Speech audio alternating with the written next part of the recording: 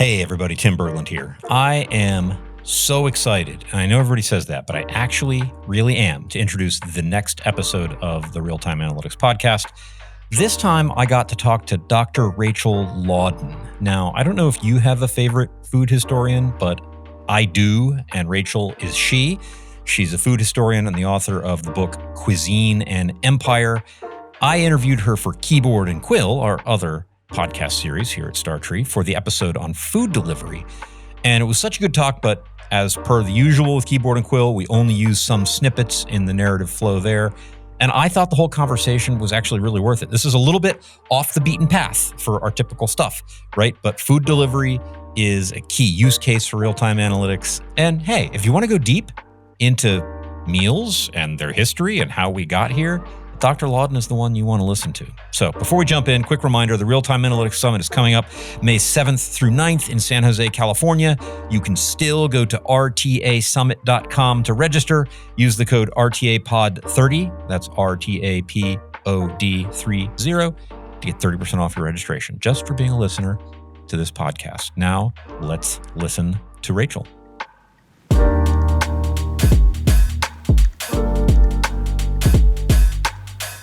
My name is Rachel Laudan. I describe myself as a historian who has a strong interest in food, and I have written two books on food. The Food of Paradise, exploring Hawaii's culinary heritage, which jump-started me into Cuisine and Empire, cooking in world history. Very excited to be talking to you. I first heard about you from your interview on Econ Talk a few years back with Russ Roberts. The kind of overarching goal is we want to talk about how we get to the modern world of food delivery. Really just start to tell the story. Let's talk about it. Yes, well, let me begin by distinguishing feeding and cooking. Humans are animals that cook. We're the only animals that transform in significant ways plants and animals into food. The important thing about cooking, there are many important things, but one is that it outsources digestion. We don't have to spend lots of time a day digesting our food. Unlike most animals, digesting is a very energy intensive activity. So we outsource our digesting to cooking, but that means somebody has to cook or somebody has to feed us. And feeding people is a very complex activity. It requires planning, it requires procuring, growing, or going to the grocery store. It requires what the people in food science call primary processing, turning plants and animals into flour or sugar or oil or something that we can put into meals. It requires secondary processing, producing meals, and then it requires cleanup. And all these are long and complicated and energy-intensive processes. And that's feeding. That second process is the whole lot is feeding. What's happened over the course of history, and particularly in the last 200 years, is that we have managed to deal or to industrialize a large part of this. We, in the agricultural revolution of the 19th and 20th centuries, we reduced the number of people who had to farm from 90% of the population to 10. We also managed to reduce the number of people required for primary processing, that is, turning, say, wheat into flour or sugarcane into sugar, down to a very small number. So that now only about 10%, in a country like America, only about 10% of the population is involved in the food chain, not including the home cook. Okay. Earlier, about 90% of the population was involved in the food chain. Yeah, it So was we've kind of now like got it was kind of like most of what most people had to do was most of the be about the time, yeah, business of putting stuff in your mouth. And exactly. maybe a feudal lord or somebody could scrape a little bit off the top of that value chain and accumulate something, but pretty much everybody was just trying to get food in their mouth. Exactly. So Yeah. now we've got 80% of the population, 90% of the population who don't have to spend all the day doing that.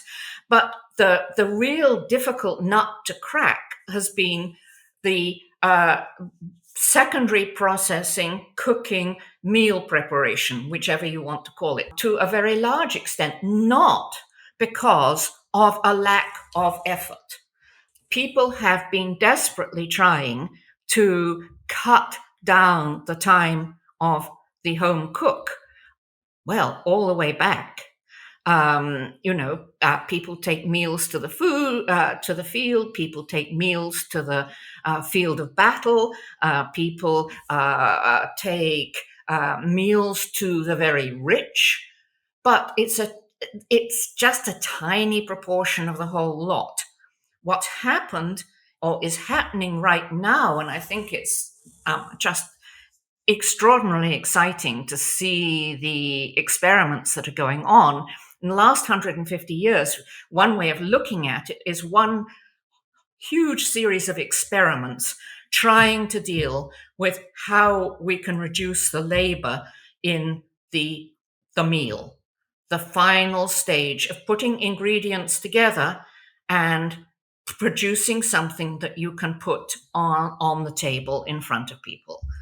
I love to try to put numbers on things, even if it's only rough numbers.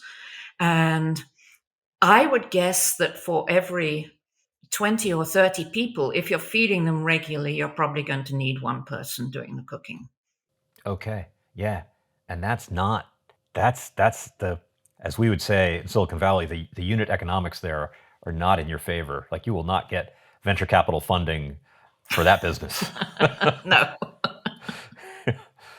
Okay. Yeah, this makes sense. And so you have this kind of limit because it's based on labor of a person, and I wonder if there are other kind of physical things in there that are preventing it from scaling. But that makes sense. Yes. I mean, another thing that I think is very fascinating about what's going on right now is that it's global.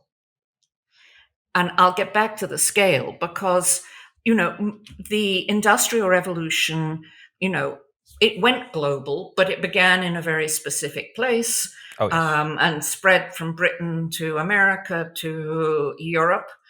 This seems to be springing up simultaneously across the globe. So, what is changing across the globe, not so much at the labor level, but at the demand level to create this? A lot of things have been happening. We've got now a dense urban population almost everywhere in the world. Over 50% of the world is now urban. That was not true even 100 years ago. In most parts of the world, 100 years ago, because of the need to produce food, most parts of the world were 90% rural. So we've gone to a, Distributed in a diffuse way where they could be physically close to the plot of land that they were yeah, tilling. Yeah. exactly. Um, Along with this, you've got another thing happening, assuming that not everybody, but many people are fed in households. You've got declining household size. Oh, Household size around the world is going down from about 6 to 7 per household to just over 2 per household. yeah. Now, if you've got 6 or 7 people in a household, it may make sense economically to have one of those people spending a large proportion of their time on cooking. Mhm. If you've got 2 people in a household, or in America, there's a huge number of single person households, then if every one of those households has to prepare their own meals, that's an incredibly inefficient thing to do. Yes. Cooking becomes a consumption good. It's a thing that you do because it's your hobby. You'd have to do it because you like it, not because it's economically efficient. If you can find some other way of getting the meals Yes. and you're Yes. prepared to pay for it. And of course, then you have to be rich enough to pay for it. And of course, the whole world has got a lot richer. Not everybody, but we are wealthier now, or large populations are wealthier now than they ever have been. And they are prepared to pay a premium to free up the time that would have been spent cooking. Absolutely, because they have the money. And yeah, that's one of the most beautiful economic stories of the last, I mean, pick a time horizon, 30, 50, 100, whatever Yeah, years, is that there are so many fewer extremely poor people, and in aggregate, the population is wealthier yeah, and might have the money to pay somebody, though not to skip ahead, but to get somebody to cook for them. yeah. Yeah, And they've got cell phone. I mean, and then you get the tech stuff coming in, the cell phones and the apps. And you've obviously got fossil fuel driven vehicles that can deliver.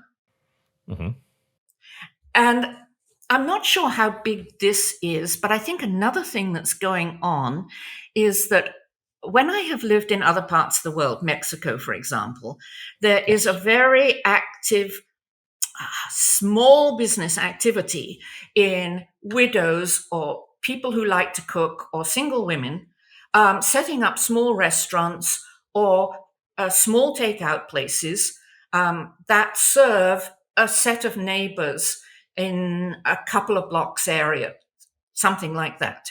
So that's in Mexico. That's a way you solve the meal problem.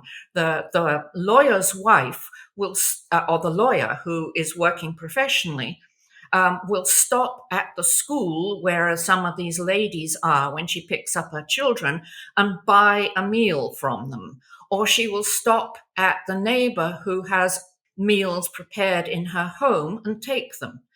As you get societies like America, where we're rather paranoid about safety and small businesses of this kind, all kinds of regulations get put into place to stop people making these ad hoc, small scale arrangements.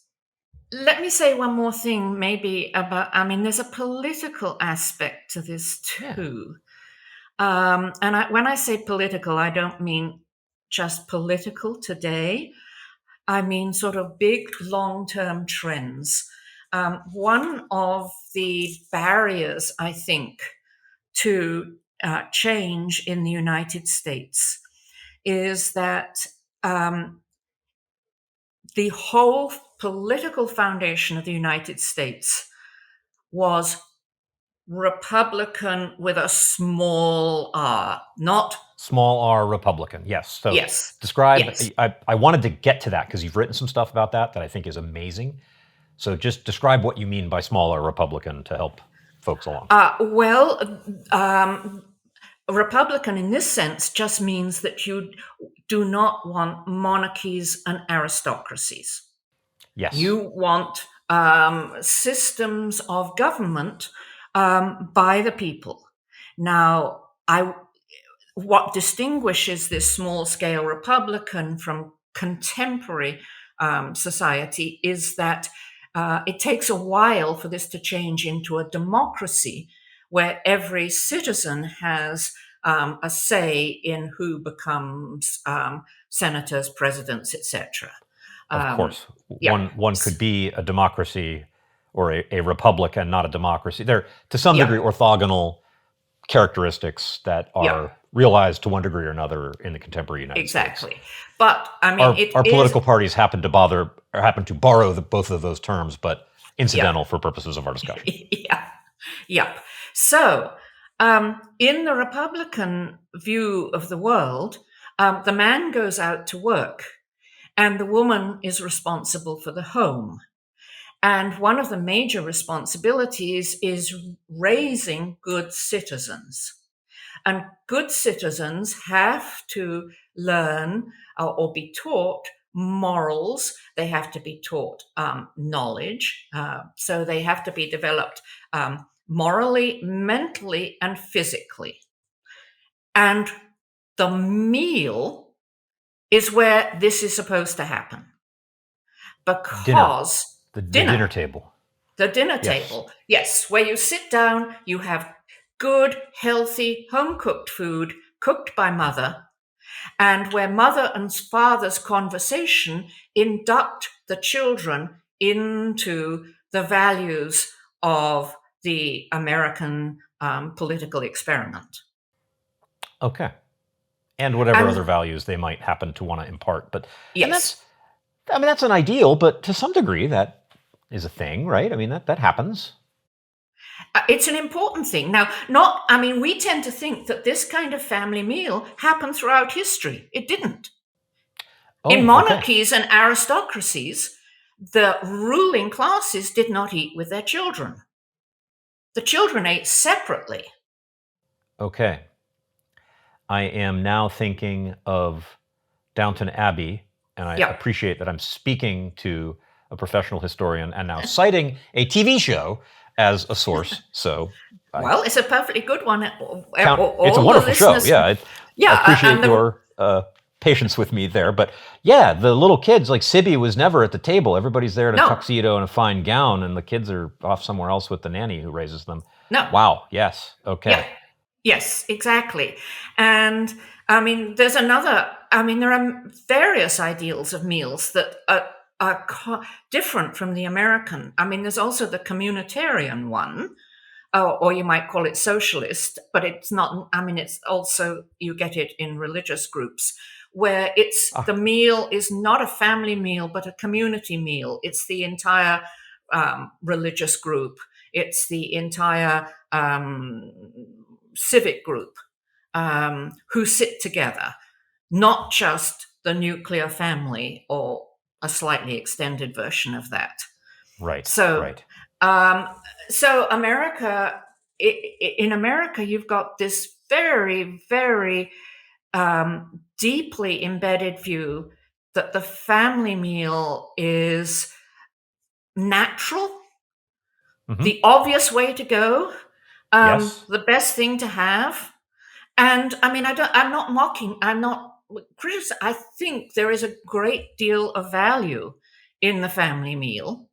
So, when these experiments are going on with different ways to eat, it's not just a matter of, you know, the size of the household or the whether everybody's got a cell phone that they can call on.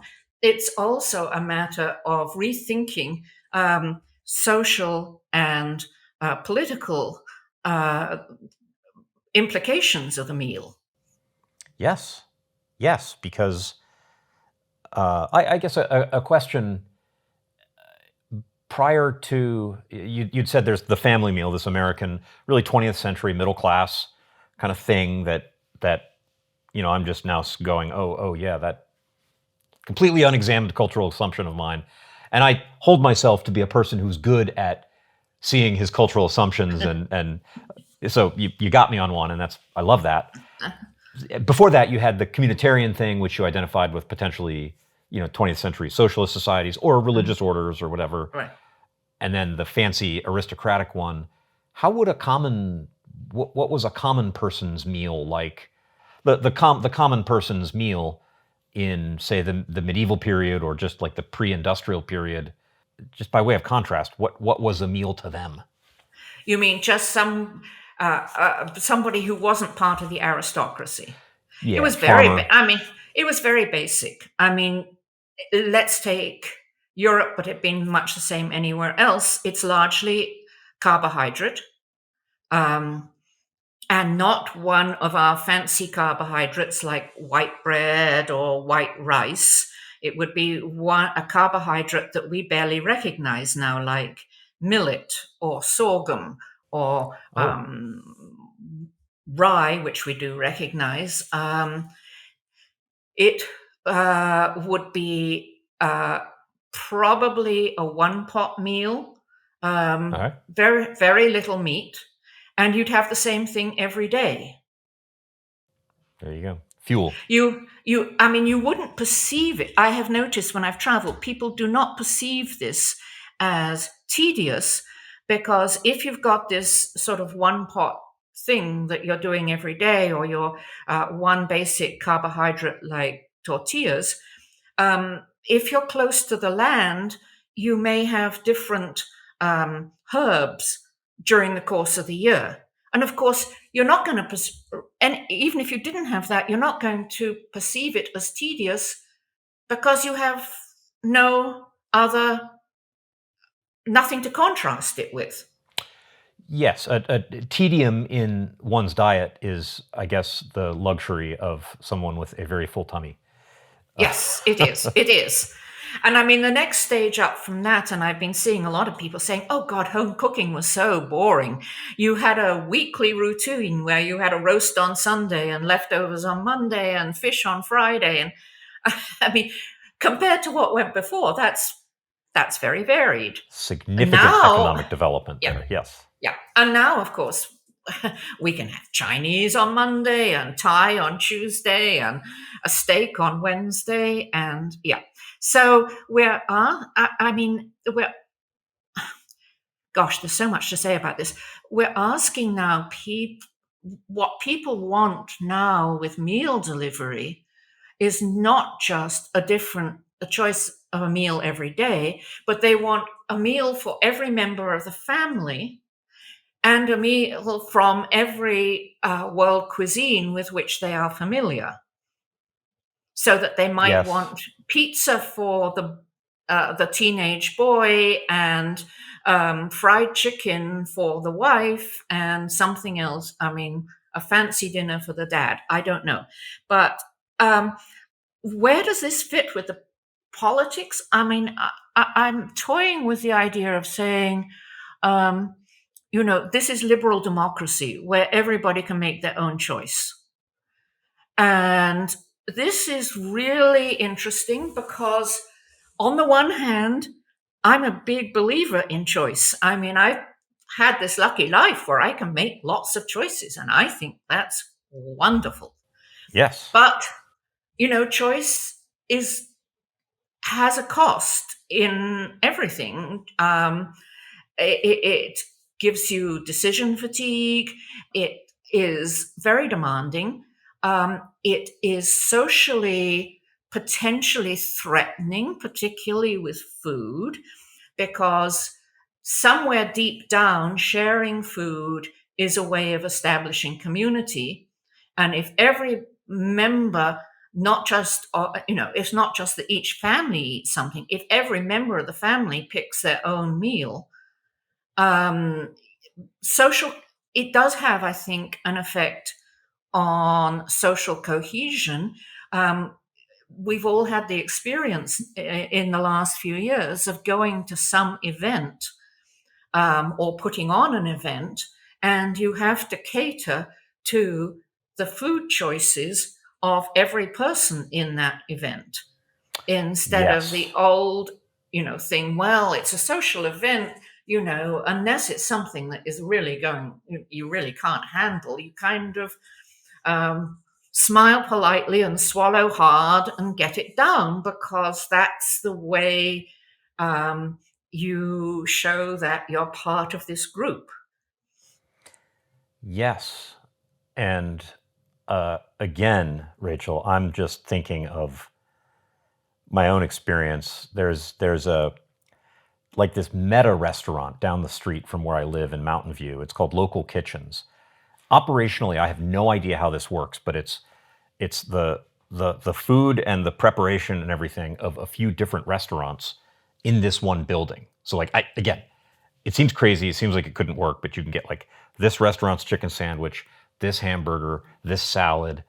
And so in one destination that's 5 minutes from my front door, I can get, like you just said, one kind of cuisine for me, another kind for my stepdaughter, another kind for my wife, and we have three entirely different meals. And I'm and again, I'm in like a little bit of crisis here internally, like, oh crap, Rachel is undoing little parts of me here. But like we can hang on to, we're being nourished together. that's kind of what it's not. We're not eating the same thing, but Mm. dang it, at least we're all You're in the same room. we're in the same room and we can talk, maybe watch the same TV show for now. Yeah. Wow. Yeah, and I feel very divided on this because, Yeah. as I said, I value choice. Hard to make a comprehensive case against it, but Yeah, there are clearly costs here, and I think the connection to social cohesion and the pivot from that sort of small r Republican vision that you articulated to the small d Democratic vision. mhm, Those are different ways of living. One might lift that up into a discussion of political philosophy and really have a point of view that one is better than the other. All fair, right? But it's changing, and mm, we're just thinking this is yummy stuff that I'm eating, and I'm glad somebody brought it to me. We're not really thinking about the absolutely pivotal importance of food to us as human beings, and what's changing about the meaning of the way we eat. yeah, So there's a lot. Wow, there's a lot that you're drawing out there. I'll yeah. stop and let you go on. Well, I mean, so I think, I mean, one of the things that excites me is that I think meal delivery opens up uh, the possibility. I think we might see a new cuisine being created. We might be in the middle of it that will express a kind of new American identity. One of the interesting things, people tend to think cuisines evolve over years and generations. No, they don't. When I was in Hawaii, um, it was very informative because there were three major cuisines. Well, actually, there were dozens, but there was the cuisine of the Pacific Islanders who'd originally settled the islands. There was the cuisine of the Americans and the Europeans who had gone to set up sugar and pine plantations, essentially. And then there was the cuisine of the plantation workers, largely East Asians, who had been brought in to do the work. And these chugged along in parallel. Nothing changed. And then Okay. suddenly, with statehood, people in Hawaii, which was now in the hands of former plantation workers, had to create an identity. This is in the 1950s. Yeah. They felt they had to create an identity as a state of the Union that was different from mainland, but expressed them. And they created a cuisine, local food, in about less than a generation. And I think the same thing could happen, spurred partly by the political issues I've been talking about, and partly by the necessities of the practicalities of home meal delivery. What kinds of food can you actually work well with home meal delivery? Ones that, unlike the French fries, don't lose their zap. It is Um, not French fries. Yes, it's not French unfortunately, that's fries. Soups will probably go because transporting soup is kind of difficult. okay. But other things, which ones will come? What kind of things will emerge as kind of American food that upper middle class people now of much more ethnically diverse than previously, Hmm. concerned about American unity. I think whatever happens politically, how is this going to result? Because I think if the number of people now buying home delivered meals is large enough to make a major difference in American cuisine. We had talked earlier about the hamburger, beef, and white bread being the aspirational foods. Yes. And the French fries. Now, is that going to continue if we go to home meal? Is something else going to emerge as kind of the characteristically American thing that we all share? I don't know. But there's strong reason to believe that there could be changes there. Yeah, Could you, for a few minutes, could you talk about that hamburger and fries? There's on a episode of Econ Talk, as how I originally was acquainted yeah. with you. You were describing that meal and connecting it to its aristocratic origins. Could you talk about that a little bit? Because it's so fascinating. Sure. Yes, the hamburger is an amazing democratization of what for centuries had been foods that most people could only dream about. One is white bread, because most white bread does not become available to most of the population until well into the 19th century in Europe, after World War II in Italy, early 20th century in the United States. Beef, yes, another easier for Americans to get than people elsewhere in the world because of the huge amounts of space here. But still, some to have meat, to have a steak. Oh my gosh, roast beef. Roast Oh my beef goodness! was the Yes, you know even an the ersatz steak like ground beef. It's still even beef, and as that's yes, yes, historically a and luxury. And French fries are incredibly difficult to cook. It's a two-stage cooking process. You have to first cook them at a low temperature, take them out, heat up the oil some more. And a big pot of oil, if anyone you've ever thought about, is an expensive thing to, have just for a few times. And then you put the fries back in and heat them at the higher temperature. And then you have to serve them immediately.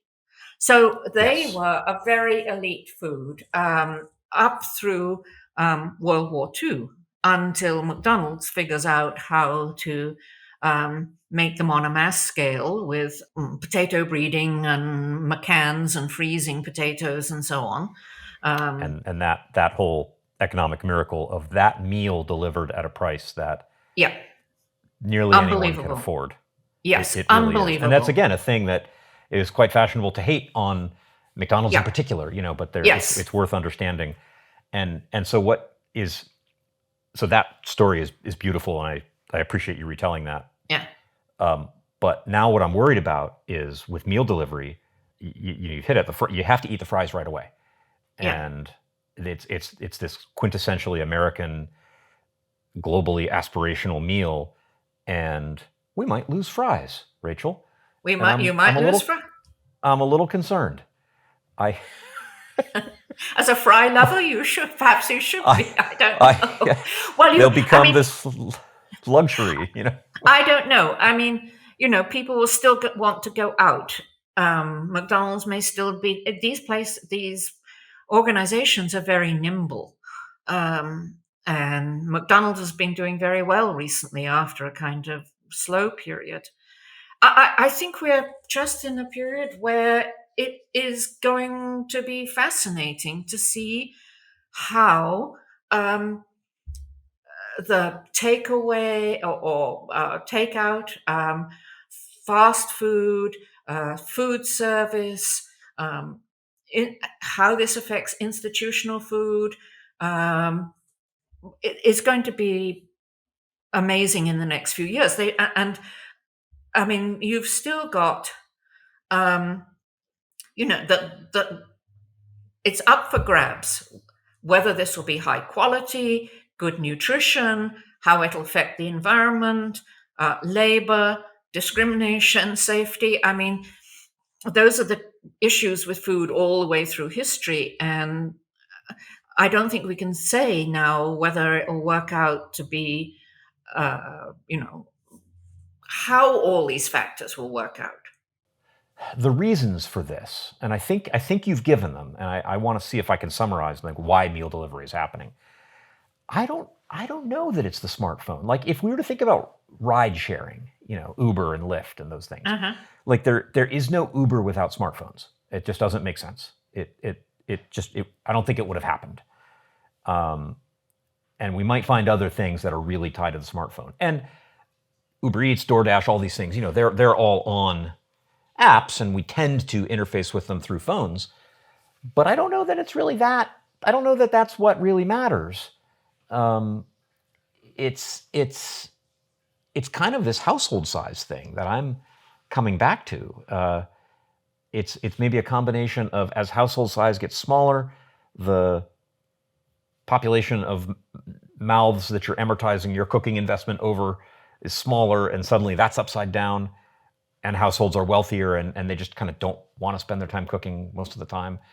And so I wonder if it really just comes down to people are richer and households are smaller. And so we want to capture, we talked at the beginning about the scale economies of cooking, how they're tough. But we want to capture whatever scale economies we can by pushing that into a slightly scaled up kitchen and having somebody bring the meal to us. Does that sound like a reasonable summary? Yes, it does. Yes. Well, Rachel, this has been a tremendous conversation, and honestly, it has been wonderful to get to talk to you about this. So thank you so much. Well, thank you for having me, and I look forward to seeing the finished product. And there you have it. If you feel compelled to help us spread the word and grow the real-time analytics community, you can give us a rating on Spotify or Apple Podcasts or wherever fine podcasts are sold. If you're watching us on YouTube, hey, subscribe and, of course, hit that notification bell.